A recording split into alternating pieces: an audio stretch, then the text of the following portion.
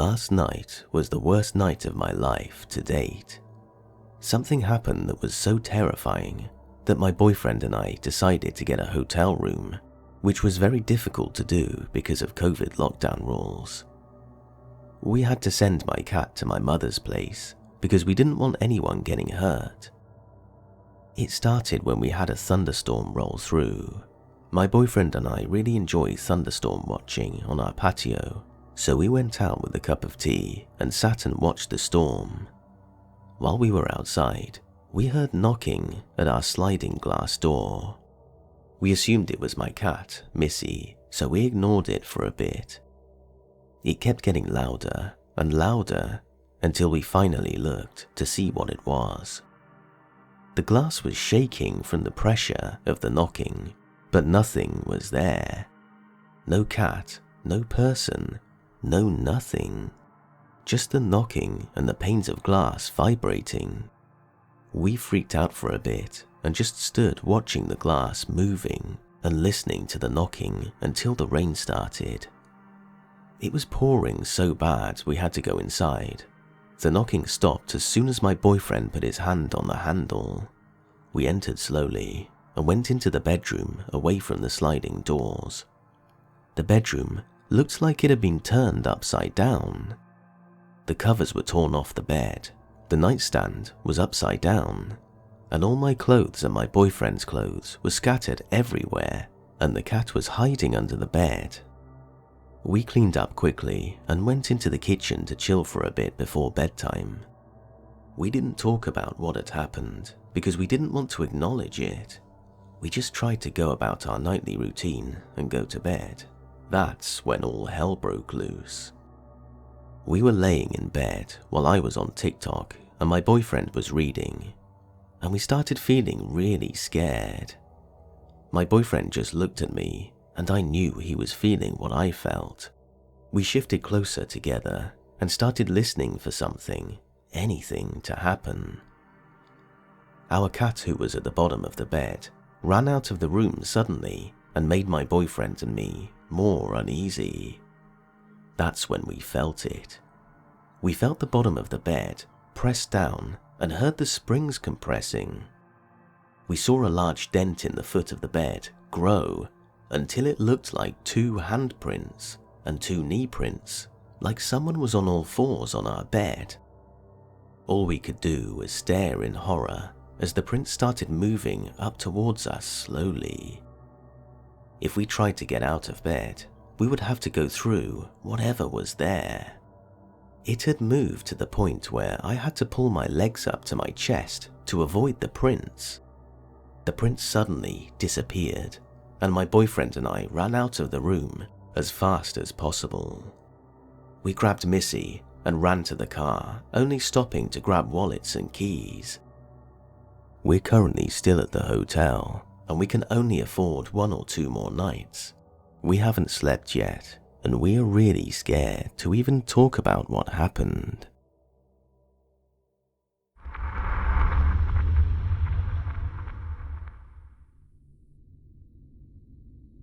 My name is Mike. Before I tell my story, I'd like to let you all know that I am not a man of religion.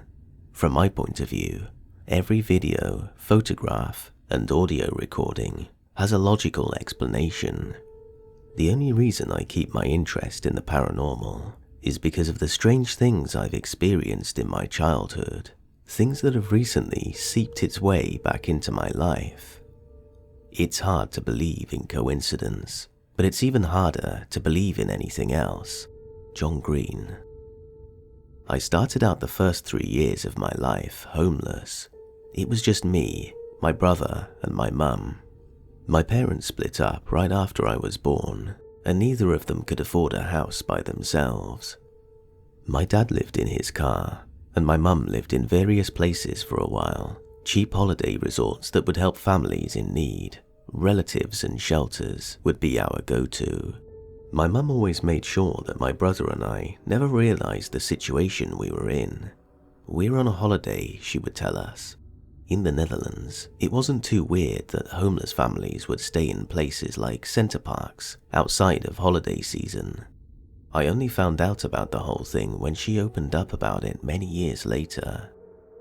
After 3 years, my mum was assigned a flat in Rotterdam.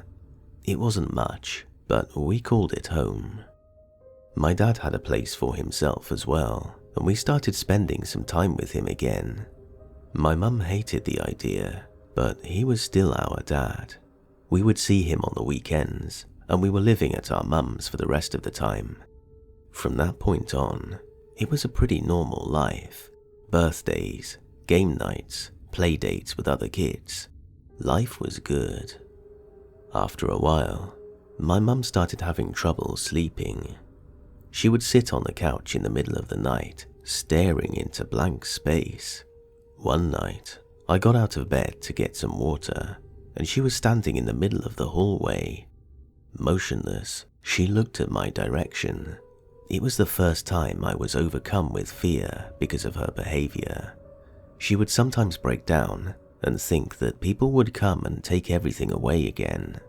I think the memories of her own childhood and years of being homeless with 2 kids finally got the better of her. It scared me at first, but eventually it was a normal routine. I would hear voices coming from the living room and a few sobs every now and then. It was heartbreaking. Fast forward 3 years. I was sleeping and something woke me up. I expected to hear my mum from the living room, but it was quiet. I tried to focus on the sounds I heard, and all of a sudden, a white shade shot from the bed and grabbed my throat. It was only for a moment, but it was enough to send me crying out of my room. Can you blame me? I'm a grown man now, but I think my reaction would be quite similar if it would happen to me tonight. My mum ran from her bedroom and held me in her arms. I cried that something was trying to hurt me.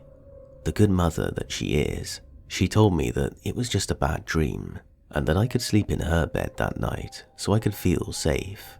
I was scared witless, but tired enough to fall asleep. The next day, my brother came into my mum's room and saw me laying there. He asked me, "Did it hurt you too?" We were really young, but I remember the sentence as if it was yesterday. In the following years, we would experience similar things. The idea that someone would hide in the corner, books would fall from the bookshelves, my mum being weird at night. It became normal for me, but my brother couldn't take it anymore. He wanted to live with my dad because he no longer felt safe at home. This destroyed my mother. Her nightly cries made a comeback, but this time, she was in some trance. It was a hard time, but for some reason, the activity seemed to calm down. No longer did I feel watched at night. I can only describe the feeling as calm. Time went by, and I would spend more time at my dad's place. I made some friends there, and I had a stepbrother I got along with quite well. It wasn't long until I started to notice weird things happening. Lights would go on at night, TV would shut off and turn back on again a few minutes later. I told my brother about it because I thought he was messing with me. He said that whatever was haunting us in our old house followed him here. I laughed because I didn't believe in ghosts anymore. I was older now and started rationalizing a lot of the things that happened in the past. My brother, on the other hand, he didn't laugh with me. He told me that friends that stayed the night would go back home at night because they were scared. Some told my brother that they saw a face just a few inches from their own when they opened their eyes. Some would see a figure standing in the doorway. According to my brother, things got a lot worse when he left home. I asked his friends, and unfortunately, they confirmed it. I could not help but feel a little paranoid after that. It seemed that everywhere my brother would go, he would take this weird stuff with him. 8 years later, he finally got a serious relationship after he bought his first apartment. It could be unrelated, but I think he didn't want to live alone. It was the first time he didn't have anyone near. and given what he went through his whole life, I couldn't blame him. They soon had children and bought a nice family house together. As far as I know, he didn't experience any strange activity the last 6 years. Unfortunately, bad news would strike him again, but this time, it wouldn't be considered paranormal. In 2019, he was diagnosed with colorectal cancer. They caught it early, so he would have a piece of his colon removed. The entire second half of 2019 would be filled with fear, but we were hopeful. He had his surgery in February 2020, and he was no longer in any real danger. I wanted to look him up, but life had another trick up its sleeve, a worldwide pandemic. I couldn't see him for months out of fear he would catch COVID-19. After the year he had, I wasn't taking any chances. Then came last week. I finally got to see my brother 5 months after his surgery. I wanted to keep the conversations light, but our good friend Johnny Walker had other plans. I asked him what it was like to be in the situation he was in. He told me that he thought about death a lot. The chances of him dying were extremely small, but you never know if the disease had spread or not. He wondered if there was really an afterlife. What would happen to him when he died? We then started to talk about all the things that happened in the past and came up with a lot of reasonable theories. How the white shade was something I hallucinated, and my fear took my breath. How friends possibly heard stories and became paranoid when they were having a sleepover. It felt good to laugh about it. We eventually said our goodbyes and I got in the car. I saw his arm waving in between the curtains while I drove off.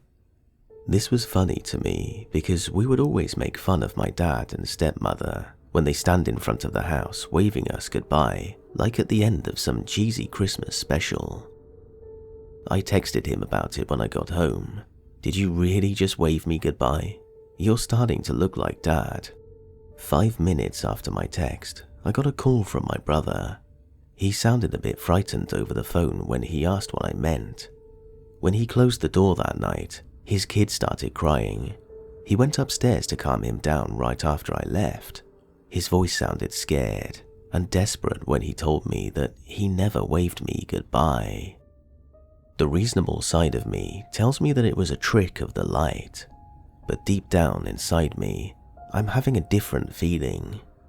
Was everything that we experienced as kids real? Did something really haunt my little brother wherever he went? Was this thing mocking me by waving me goodbye? I asked my mum a few years back. She told me that when we had just moved into our flat, a book was delivered to us. The book is called Ariane, Dochter van het licht, which translates to Ariane, Daughter of the Light. This was the book that fell from the bookshelf. She was aware of the situation apparently. The other weird thing is that the book was never ordered. It didn't even have an address on it. It was just in our mailbox. We have no idea who sent it to us. I never read the book. My mum tried to, but didn't understand it. She still owns the book to this day.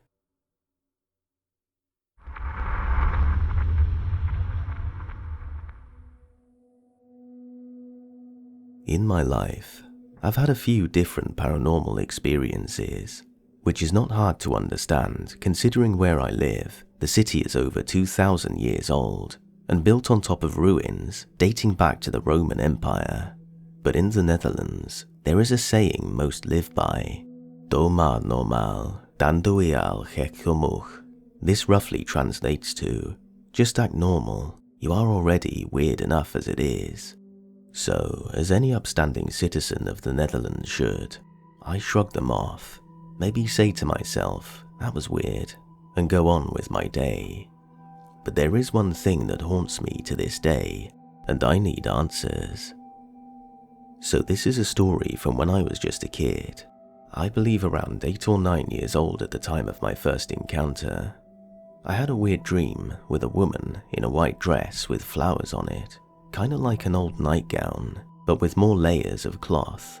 She did not look scary or evil or anything, just like a normal person pretty much. The thing is, when I woke up in my loft bed and looked out of the little window over my bedroom door, she was standing in the hall, looking right back at me. It freaked me out so much, I just yelled out for my parents and hid under my bed.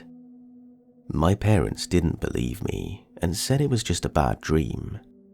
Well, as a kid, you believe your parents have all the answers, and so you just listen to what they say, go back to bed and forget about it. Problem is, this was not the last time I would see her.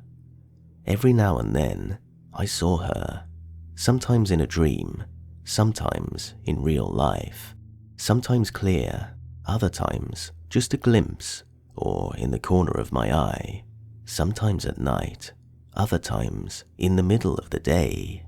Eventually, I was in the last year of what can best be described as elementary school.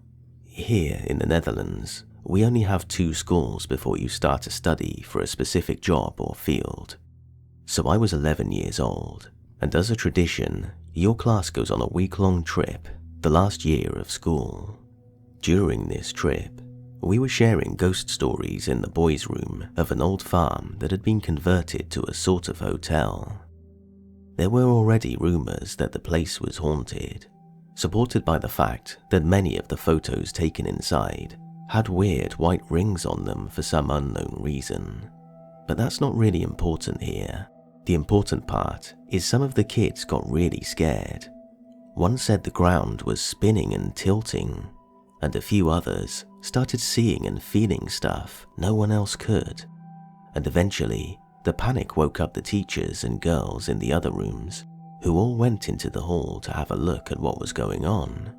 So far, everything was fine for me, but when I looked into the hall where all the girls were standing, I saw here, clear as day, standing between the rest of the girls, and no one even seemed to notice, the grown woman.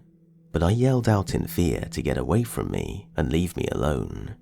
Something I now regret, because I'm still not sure if it was even real, or all just the overactive imagination of a child's mind. Maybe unrelated, but might possibly be relevant to something my mother told me years later. When I was a little kid, like 3 or 4 years old, I used to talk to a princess, not playing or pretending, like with an imaginary friend, but full-on conversations, just sitting with her. I don't remember any of that, but I thought it was interesting, and makes up parts of some of my theories on the nature of this ghost woman thing.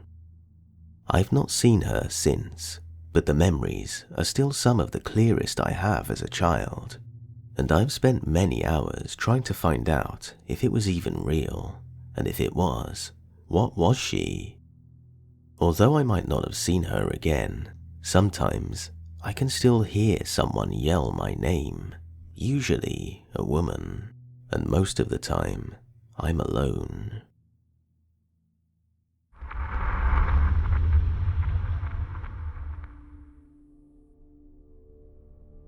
In 2012, I was visiting my boyfriend at the time. He lived in Connecticut and I was from Long Island. Because of the distance, I had to bring along my newly adopted cat. This particular visit was a little different. He had just moved into a new apartment, and the living space was virtually empty. No furniture in the living room, not even boxes, just a bed set upstairs in the 1 bedroom. The living room itself was just a bare carpet. This is an important detail.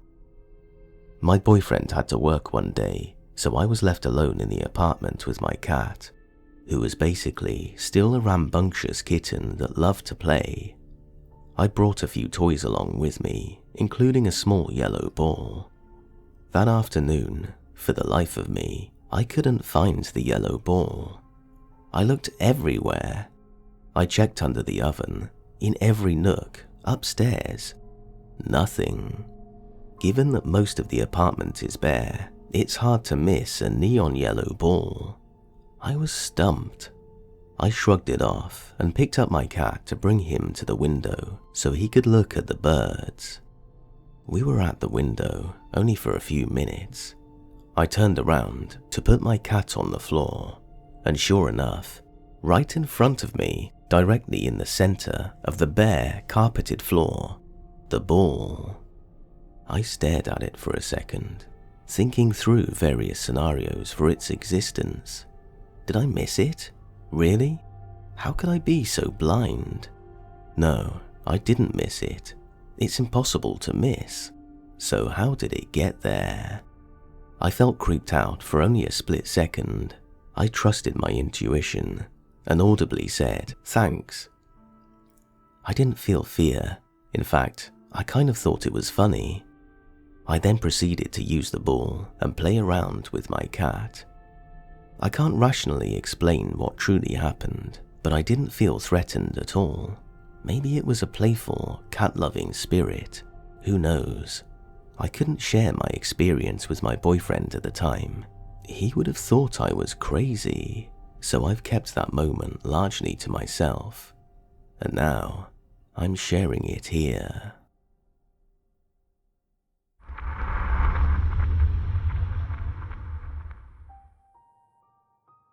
This happened during the summer. I was in 5th grade of elementary school. We had a pretty busy family home. I lived with my parents, grandparents, and my siblings. Our house was really old, and the worst thing about it was that my room didn't have aircon. It always made summer hard. Winter was freezing in there too. The room next to mine was my parents' room. They had aircon in their room, and if I left my bedroom door open a little, then the cold air would make its way through the corridor into my room. One summer's day, I was playing with some toys in my room, and I felt that my feet were cold. I called out to my mum through the corridor and asked her if she had switched on the aircon. She replied stating that she hadn't. I asked her if she felt as if she was cold. She laughed and told me the house was nowhere near cold. I guessed it was just me who felt a chill in the air. When I think about it now, I should have seen that as a sign. I went to bed as usual that night, but I woke up at around 2 a.m. Next to my bed, on the left-hand side, was a window, and on the right-hand side was the door to the corridor. I couldn't figure out why I had woken up. I didn't need the bathroom or anything. It was just as if my eyes just opened and I was awake. While thinking about this, I looked around me. It was dark, but thanks to the moon, I could see my room and the door. I looked towards the window and it acted as a kind of mirror. In the reflection of the window, I saw a middle-aged man in the center of my room, peering at me. I could see his face so clearly. As you might expect, I was surprised and frightened. My body felt stiff, and I couldn't move. I couldn't make a sound. I was in such a state of shock. I was helpless. I told myself to calm down. I convinced myself that it could be my father stood there. I don't know why I thought that. I fearfully looked towards the right, towards the corridor where he stood. And as soon as I was able to pull my stare away from the window and towards the door, I realized that no one was there. My mind began to torture me with possibilities. Will my dad die on his way to work? And is he here to visit me for one final goodbye? Was this some sort of disturbing omen of things to come? I looked back towards the window, and the man I thought who was my father was still standing there, staring at me. I felt no fear the second time I saw him in the reflection of the window. I was wondering if I was asleep or not. If it was a dream, then it was the realest one I've ever experienced. I don't know why I suddenly stopped feeling frightened. He was still there, staring at me.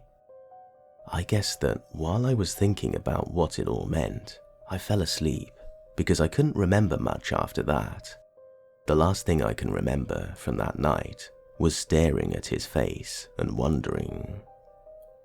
The next morning, I woke up at around 8 a.m. The sun was shining through the window. I jumped out of bed and ran into my parents' room. My dad wasn't there. I ran straight into the living room. My mum and my grandma were in there. They said good morning. I instinctively asked if my dad was alive. They smiled and laughed at me and said that he already left for work. I got really upset and told them about my dream. It was very traumatizing to have those thoughts as an elementary school student. While I was telling them about it, their smiles disappeared and frowns emerged on their faces. They told me to go upstairs and get ready for school, but I wanted to know what caused those looks on their faces. I left the door to the living room open, and I hovered by the stairs to listen in on what they would say next. The man across the street died yesterday. He fell in the reservoir. I knew that man. He kind of looked like my dad. I never had a conversation with him. I had no kind of relationship with him, but I guess I did in the end. I had no idea why he came to see me. I still don't know.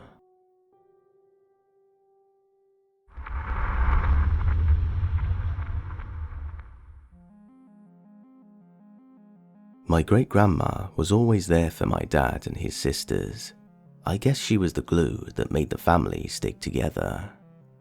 Ever since her death, my aunt always tells me how the family isn't the same and there's too much drama. Anyway, she was getting really sick while my mum was pregnant with me. She kept fighting because she wanted to make sure that she stuck around to meet me. I was my dad's first and only kid, so it was a big deal to her.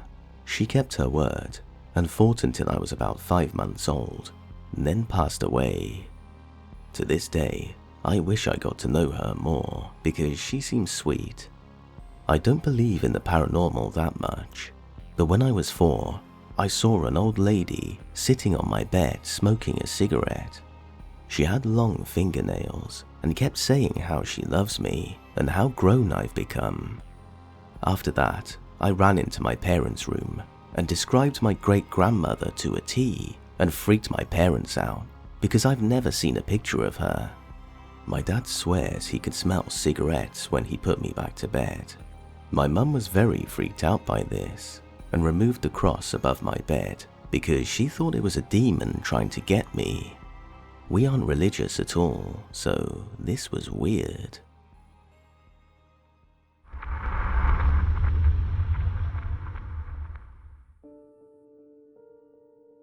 While there may be other rational explanations, having heard a disembodied voice myself, it is one of the freakiest things. I don't have a mental illness and don't regularly hear voices or any of that. I've had a couple of notable experiences. One was in my home. My Google Home was malfunctioning and I was sassing it back out of frustration and said, "Well, how does that work?" And a voice on the opposite side of the room that my device was on responded, "Good." There was no one there. No devices that could talk, windows closed. I was glad I was on my way out the door. Another time, I went to visit a friend. She was having unusual activity in her home. Backstory is, she's got 2 kittens, one named Cain and one named Abel, after the Bible story. Not sure why they chose that. She was outside with the kittens playing in the yard of her neighborhood, and one was on the curb. Before she could get him, a car was speeding through the neighborhood and intentionally drove up the curb to hit the cat, killing the kitten right in front of her. Abel didn't understand, and after that would wander around the house looking for his brother. It was sad. My friend would hear the cat crying for his brother, and it would break her heart. But then, one time, realized that Abel was in the room with her, looking into the hallway and just staring in the direction the cat crying was coming from. This became a regular thing happening multiple times throughout the day and night. They'd hear a cat crying in the house, but the only cat they now owned would be near them and silent. Sometimes, Abel would look like he was playing with someone. but cats do that regularly, so that only counts for so much, I suppose. There were other odd things she said happened, but this was years ago she told me, so I don't remember what else besides that. I had a lot of experiences with ghosts and hauntings, and found ways to successfully resolve them, so she asked me to come over and see if maybe I could help. My EVP came up with nothing, and we tried helping him cross, but while I was there, nothing at all out of the ordinary happened, so I wasn't sure we'd done anything. By the time I went home, it was very late and very dark. I got in my car for what was probably about a half-hour drive home. After a few minutes alone in my dark car, I started hearing kitten cries come from my back seat. My first thought was, did Abel get in my car? Or did a stray kitten somehow get in my car? Oh God, is it Kane? At the house, I was ready, but I was not at all prepared in my dark car on the road. I struggled to stay calm, as panicking while driving could result in an accident. The crying continued, like a kitten in pain would call out to their mother. When I got to a red light, I looked to try to see if there was an actual living cat in the back seat, but could see nothing from where the cries emanated. I'm not sure why this was happening in my car, why he followed me. Maybe he could tell I came to try to help him, but why here? Why now? Why not earlier in the house? The idea of bringing my friend's dead kitten's ghost back to my own home was not one that appealed to me, and I felt really bad for this poor creature that didn't understand it had died. So I tried talking to him and tried crossing him like I did with human ghosts. I wasn't sure it would do any good. Kittens can't understand the words we say at the level other humans can. The crying continued for several more minutes, and eventually faded out so I couldn't hear him anymore. I told her about it, and she would have a mix of feelings, probably validation that now I had heard him too, but she didn't want him haunting me either, both for his and my sake. Thankfully, I didn't hear him again after that, and she said she didn't either, though sometimes Kane would still go looking for him until he finally seemed to accept his brother was gone.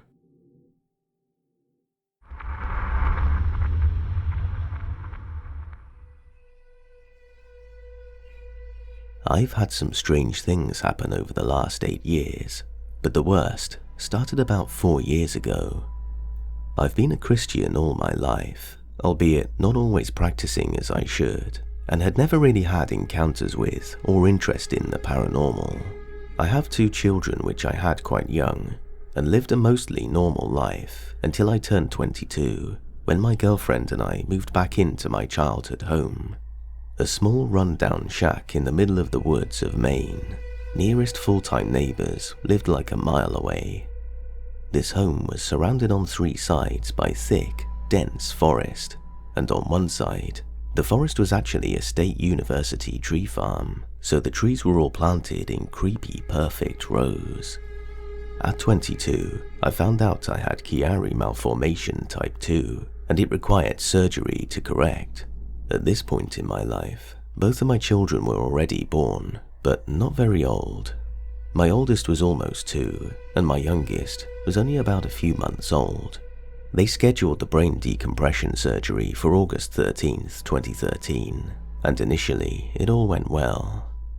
However, we found out a few days later that the brain shroud patch they had put on during surgery had ruptured, and they had to go in and fix it. No big deal, right? Except they botched that surgery too, and I ended up with a staph infection in my brain. This leads to a 3rd surgery. I promise I'm getting to the supernatural stuff, but this background information feels important to me. During the 3rd surgery, I died on the table, was brought back, and then spent 4 days floating between life and death in the ICU. According to the doctors, I should not have made it. They were telling my parents to notify the rest of the family that they needed to come and see me now, or forever hold their peace. When I sat upright in bed, to say hello to my parents, girlfriend, and children. Something in me changed that day, and I still don't know exactly what it is. I managed to make it out of the ICU and was stuck at home tethered to an IV pole with a PICC line for 8 weeks of serious antibiotic treatment to stop the staph infection in my brain. Skip ahead to Christmas Eve of 2013. I'm having a small party with some friends of mine, and my girlfriend had taken the kids to her parents' house so they wouldn't have to deal with a bunch of drunk young adults. I don't drink. I didn't dare to this soon after the surgeries, but my friends were typical young 20-somethings. She calls me at 9 o'clock that night to tell me that she wasn't coming back and neither were the kids. We were done. This was the beginning of 4 years of isolation in this house, with nobody and nothing to talk to, except those 4 walls, a mile away from the nearest human beings, and me still practically fresh out of surgery with a year of expected recovery time still to go.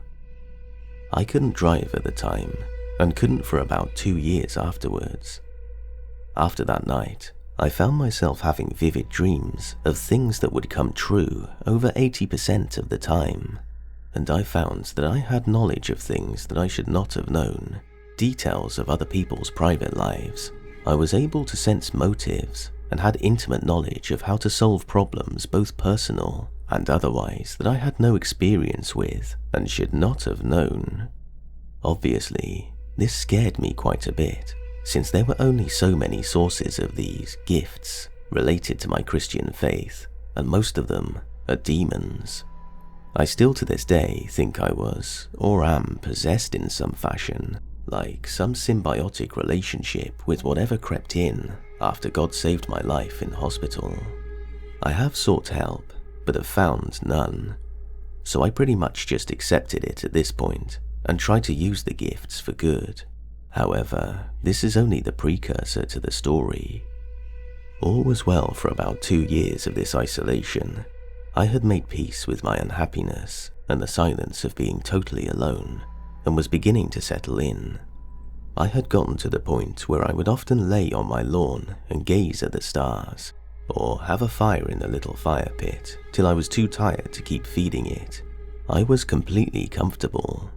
It was around this time that I really started researching the paranormal, trying to identify what might be the source of my newfound gifts, and had fallen down the rabbit hole into all kinds of cryptids, my favorite among them being the skinwalker.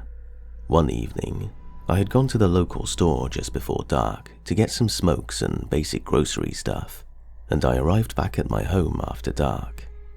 It was a fairly well-lit night, stars and a partial moon. I could see everything in my yard. There was nothing out of the ordinary. Everything seemed fine. As soon as I shut my car off, I was overcome with an overwhelming sense of dread and immediate danger. I fought the panic for a few seconds, but it bested me pretty quickly, and I made a dash to my porch as quickly as I could. It was maybe 30 feet from where I was parked. I flicked the porch light on and stood there, scanning the tree line for anything that might have caused this. There was nothing there, nothing at all. Now, the woods in Maine are quite lively day and night, but not this night. There was no sound at all, so I noped the hell off of my porch and went straight inside, locked the door behind me, and tried to calm the sense of panic. Every night for the next 2 years, until I was in a position to finally move out, it was the same.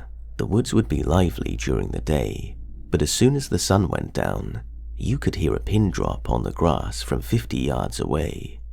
And it was always coupled with that same overriding sense of dread and panic, to the point where I put a deadbolt on both the front and back doors, and storm shutters to keep whatever it was out. I am convinced that something followed me home that day, and whatever it was, it stayed. I wonder if it was drawn to whatever energy I'd been putting out since my run-in with death, but thankfully it hasn't found where I live now. Yet. There was occasionally a smell but I only ever noticed it when I would wake up in the night. It never lingered. A thick, musty smell like bad eggs and wood smoke, but it was way less common than the every single night feeling, like whatever is out there was going to come in eventually.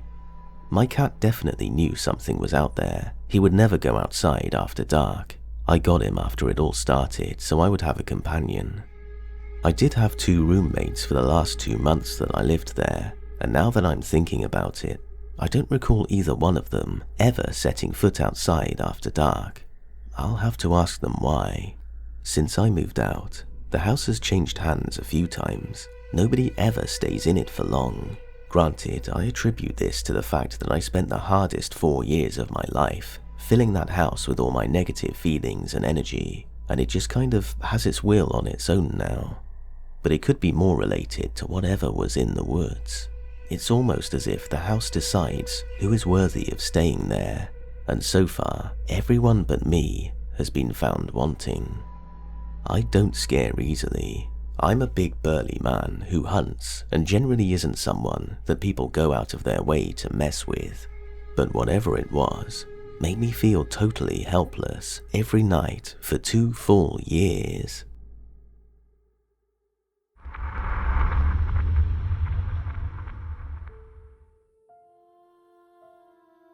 My boyfriend of 5 years has crushed on me for probably 12 or 13 years. He was 2 grades below me and was a quote bad boy, while I was popular and in all the honors or college level classes, so I wasn't aware he existed until I met him at his dad's business about 7 years ago. He apparently talked about me being his dream girl and was teased that it would never happen, and that's why I mention this. So in 2009, he and his best friend, I'll call him Josh, were getting into pills due to Josh's grandfather being an amputee and unable to properly attend to or understand hiding the medications, thus leaving large amounts of methadone, Klonopin, hydrocodone and such laying around. This was before the opiate crisis that has affected my generation deeply in the last 15 years. 2 days before Christmas 2009, Josh overdosed in the bedroom that my boyfriend is currently staying in. It's a long story, but we moved back to our respective families because we were laid off during the pandemic and were in a bad wreck, losing the extra car. The room has never felt spooky, never anything strange about it, but I've had a few pranks pulled on me that we believe Josh does to basically congratulate my boyfriend on being with the woman he waited for. I've woken up to sticky notes completely covering my body, my drinks poured on the floor, and random objects moving right where I exit the bed so that I step on them first thing in the morning. I swear I've heard giggling each time I've angrily asked my boyfriend if he was messing with me, and I'm aware when he's lying. He always says no. We like to think this is Josh playing practical jokes, something he was known for. But this is nothing compared to what Josh did for me in 2017. It wasn't a prank. It saved my life. 4 years ago, I went into anaphylactic shock. I lost all ability to speak or move my lower body. I was upstairs with a curved and steep staircase separating me from my phone. I remember crawling to the stairs, knowing it could be fatal if I smashed into the wall that the stairs led to before the turn, with very large, steep steps. I know I was extremely oxygen deprived, but I immediately saw Josh and 2 of my deceased best friends ascend the stairs and carry me to the living room couch with my nebulizer and cell phone. I called 911, but I had no voice. My friends were gone except Josh. He told me he was going to wake my boyfriend from the hammock in my backyard, and suddenly, my boyfriend dreamed of his friend saying that I was in trouble. My boyfriend came running into the house, and by this point, I was dying. I no longer could use any part of my body, and no air came into my lungs when I inhaled. I remember thinking of my daughter and praying her father would navigate my loss to her and keep memories of me alive. I struggled to remain conscious, but I was fading. My boyfriend saw the 911 operator on the phone and my sweaty blue body. He told them he didn't think I was breathing, and by some absolute miracle, there was an ambulance passing my neighborhood. The hospital and dispatch were 30 minutes away. This coincidence, plus my boyfriend's sudden premonition that I was hurt, saved my life. I remember the EMT asking my boyfriend if I had overdosed. I hadn't, and I thought of how Josh had died. I was blabbering on about dead people saving me after a large amount of epinephrine, so no wonder they thought I was high. The doctor and EMT were baffled at how I managed to get down those stairs, or even stay alive long enough to get help. I had one bruise on my leg that was tiny. That was it, and the worst headache I've ever had. Turns out, I'm allergic to the latex spray paint. I just told them I slid down the stairs, but it's not how I remember it. The weird thing is, I had never met Josh when he was alive. I don't know how I recognized him or hallucinated him, but he looked exactly like the picture I was shown. I've had a lot of paranormal encounters, but my run-in with Josh saved my life, and he never knew me. So thanks, Josh, for giving me more time on this earth, and I wish we had met many years before. I do hope he is resting peacefully, just periodically popping in to check on us.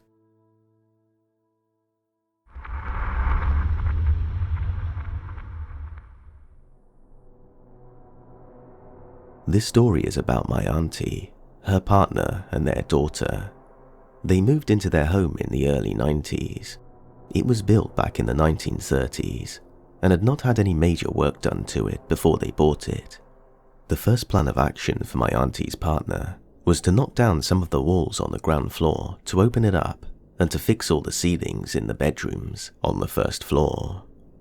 There was a leak in the roof which meant that all ceilings were warped and bowed and marked with damp. So he ripped all of that off until it was just exposed rafters and then put new ceiling boards up. This meant that while this work was being done, the loft space was completely empty. Once all the work was done and they could make the house their own, they had a good few months of lovely new home vibes. But one night, my auntie woke up in the middle of the night to the sound of someone closing the kitchen cupboard doors quite loudly. Not slamming them shut, but more like someone not bothering to take into account that everyone else was asleep. Her partner was asleep next to her, so she assumed it was my cousin pottering around down there. The cousin was around 15 at the time, so it didn't surprise my auntie that she wasn't exactly considerate when getting her late night snacks. She muttered a few words of annoyance and went back to sleep. The banging of doors continued sporadically for the rest of the night. The next morning, my auntie goes downstairs, quite tired from not sleeping too well because of the noise, to find my cousin eating her breakfast at the kitchen table. "I'm surprised you were up so early considering you were banging about the place all night," my auntie says to my cousin. "What do you mean?" says my cousin. "I didn't get up once last night. I slept right through." My auntie then gets this wave of panic. Who was banging around last night? There's no sign of anything being out of place or disturbed, and all the perimeter doors and windows are locked and undamaged. After a bit of arguing between them about who was walking around, with no one owning up to it, my auntie comes to the conclusion that it must have been a particularly vivid dream, and they go about their day. A few weeks pass, and it happens again. My auntie is awoken in the middle of the night by the occasional sound of a cupboard door banging shut in the kitchen. So this time, she gets up and goes downstairs to investigate. Nothing. No one is awake, and nothing looks out of place. My auntie is getting seriously creeped out now. She tries to reason that maybe it's the neighbors, and the sound is being carried through the house because it's always much quieter at night and easier to hear things. But this gets dismissed when my auntie's partner points out that they are a semi-detached and the neighbor's kitchen is on the wrong side of the house for that to be the cause of the noise. The banging is definitely coming from below them in their kitchen, rather than off to the side of the house, where the neighbor's kitchen would be. Anyway, this carries on for a good while. Every week or so, there comes a night where one of them is woken by the sporadic banging. They go to investigate. Nothing. Back to bed, and it starts again until morning. Now, a quick digression. My auntie sometimes goes to a medium. She goes to see if she can get messages from relatives who have passed on. Sometimes she gets told some spooky, accurate stuff. Other times, it's way off the mark. Anyway, one time she goes to see one, and this is deep during the period of when the banging is going on, so she doesn't mention any of this to the medium. She's always very careful to not say anything or give away any visual clues to whichever medium she's seeing, because she wants to believe in all that, and doesn't want that niggling doubt that she fed the medium answers. She's got a great poker face. The medium is talking to her about messages they're receiving, stuff about her career, her partner, which turned out to be true, cheating dirtbag. And then the medium starts randomly talking about her house, how she's been there for a while now, but there's someone in the house who is not happy, someone who doesn't like what they have done to the layout. My auntie is confused. She assumes that the medium is talking about her partner or my cousin. But the medium continues. Check the loft, the medium says. There's something in the loft. Now, this creeps out my auntie even more. She knows that nothing is in the loft. They've never gone up there since moving in, because everything was put into the garage when they arrived, so that her partner could redo the ceilings, and they had never gotten around to moving all the stuff from the garage to the loft, like Christmas decorations, etc. So she goes home and tells her partner about how there's supposed to be something in the loft, but not about what she was told about him cheating on her one day. Self-fulfilling prophecy and all that. And he gets the ladder and goes up there. There's a period of quiet while he looks around with a torch, and then, holy crap, he comes back down the ladder, clutching a piece of paper. I found this lying on one of the rafters, he says. It's a photograph, a black and white photograph of a woman in her 50s, and she looks pissed in this photo, very stern. It gives them all the creeps, especially when my auntie's partner insists that there was no way it could have been there where he found it, as it would have been seen back when he was redoing all of the ceilings. They cannot work it out, so my auntie rings the old owner. They have a chat, and my auntie describes the woman in the photo. The old owner is able to deduce that the picture is of his mum. Turns out, she died in that house back in the 80s, and he inherited it and continued to live there until he sold it to my auntie's family. This now gives my auntie a serious case of the heebie-jeebies. She puts the phone down, then says out loud that she's sorry if the new layout isn't to the old lady's liking, but they just have to get on with it now. A few nights pass, and there's no more noises. But then, they were all awoken again by the most awful sound of pots and pans being thrown to the floor. They run downstairs, but there's nothing to account for what caused the noise. But my auntie describes it like no noise she's ever heard before, or since. Just awful. She scans the kitchen counter. "Where's the photo of the old woman?" she asks. Her partner tells her that he threw it away that morning. My auntie erupts. "Get that photo out of the bin now." He dutifully retrieves it. She tries to smooth out the creases and apologizes out loud. The photo was put in one of the kitchen drawers, and they go back to bed. After that, my auntie would still get woken up every now and then by the sounds of cupboard doors banging, but she never went to investigate. Just the old woman voicing her displeasure again. They moved out a couple of years ago and left a note to the new owner saying to leave the photo in the kitchen drawer.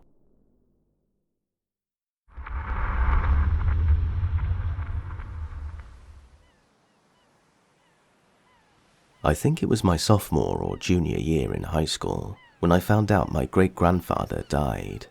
I'm pretty sure it was November, as I remember it being chilly at the funeral, but still before Christmas. Most of my family is from a small rural town in Kentucky, and that was where the funeral was held. As a bit of context, I have a cousin to whom I'm very close. We grew up together and might as well be brothers. While we live in North Carolina, as kids we would go visit family in Kentucky over the holidays with our grandparents. We drove up together as moral support. I remember being kind of freaked out by the whole thing, because my family is normally very bottled up in terms of emotion, and I was seeing people who had never more than patted me on the back sob uncontrollably. I'm not the most comfortable with unbridled displays of grief, so it was all a bit taxing for me. By the end of the day, we were both pretty exhausted and headed to bed a bit early. Since the family is cheap, we were staying at my now deceased grandfather's house in the attic. The house itself had to have been built in the early 1900s. The attic is kind of like an unfinished upstairs. It's a circular room with a large wall in the middle and a small bed that folded down. We used to love playing up there as kids, because there were all sorts of old trinkets and weird books he had stored throughout. Best of all, there is what I can describe as a small crawl space that encircles the attic, with a door on either side of the wall connecting it. When we were younger, our other cousins would come over, and we would pretend that the books contained secrets to the convicts in the town, and then we would explore the crawl space, looking for clues. We were young, and in Kentucky in the middle of nowhere, there wasn't a lot to do. To top it off, there's a tiny spiral staircase leading up to the attic, complete with an ancient wrought iron railing.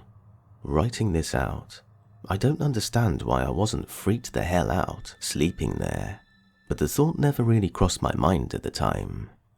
So, being the youngest people at the house, my cousin and I were relegated to sharing the small folding twin bed in the attic. As exhausted as I was, for some reason, I was having a lot of trouble falling asleep, probably thinking way too much. My cousin fell asleep almost immediately. I must have tossed and turned for at least 2 hours before I finally started dozing off to sleep. I woke up abruptly shortly thereafter to him grabbing my arm in a panic.